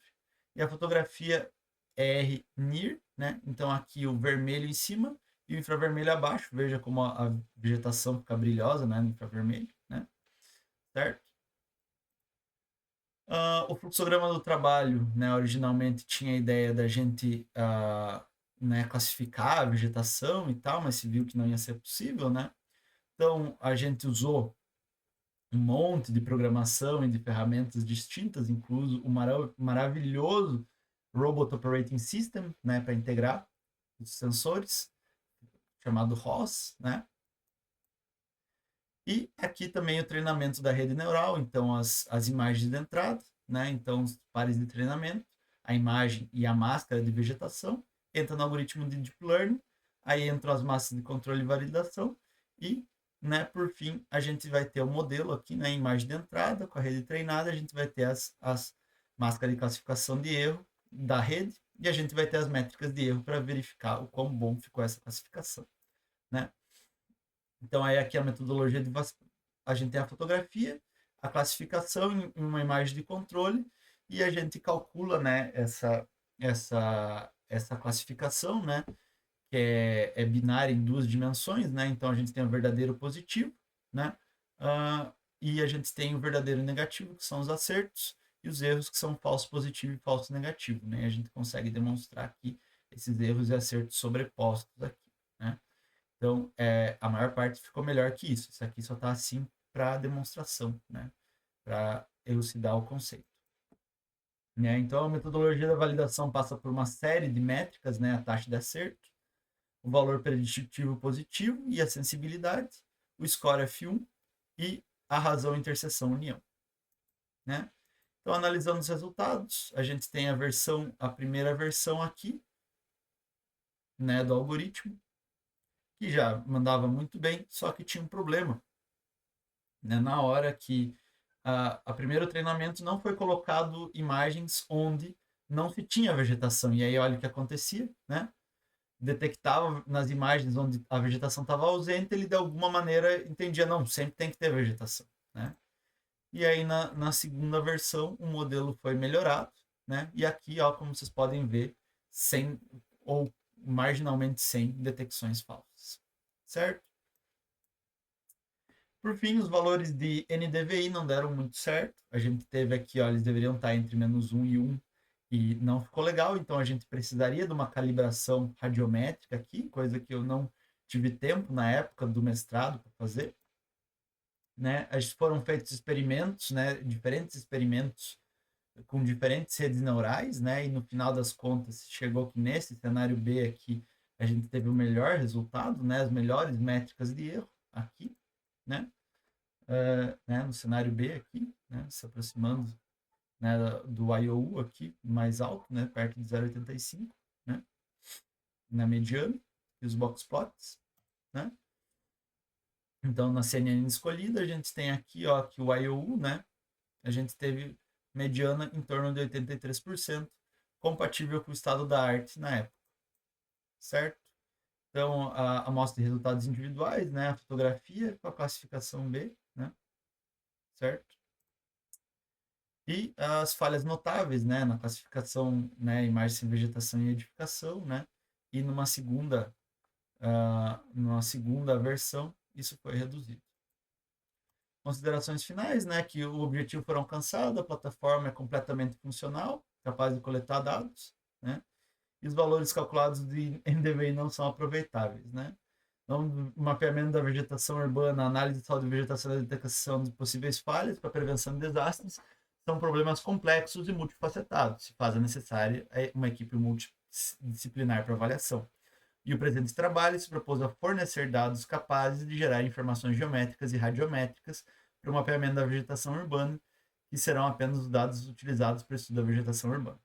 O sistema apresenta grande potencial, né, para aplicação em larga escala por administrações públicas com múltiplos agentes em um esquema de mapeamento contínuo, né? Então, você imagine ter vários sistemas rodando por aí e mapear continuamente o espaço urbano, né? E as recomendações, né? As recomendações aqui, por fim, né? Buscar um melhor hardware para treinamento das redes neurais, né? Treinamento de mais redes para obter regiões de sombra, caules, troncos e raiz, patologias específicas dos indivíduos arbóreos, né? Diferentes filtros, né, para as câmeras, emprego de sensores de iluminação, né? Uso de múltiplas épocas, uso de restrições geométricas ligadas à forma e popularidade para melhoria da qualidade da classificação, né? Então, muitas coisas legais que podem ser feitas no âmbito do processamento dos dados, né? Então, aí, só o adendo, né, que no final das contas foi gerado esse produto que já foi mostrado para vocês, né, e o nome final da dissertação ficou como desenvolvimento de um sistema de mapeamento móvel terrestre de baixo custo para a detecção da vegetação urbana usando redes neurais convolucionais. Então, essa foi a aula sobre sistemas de mapeamento móvel terrestre. Espero que vocês tenham gostado, né? Isso é um material que eu preparei ao longo de anos, né? De uma época que eu trabalhei muito com isso, né? E segue sendo uma das minhas especialidades, com a qual eu gosto muito de trabalhar. E dúvidas, deixem nos comentários do vídeo, né? Uh, e, e acredito que seja isso. Muito obrigado.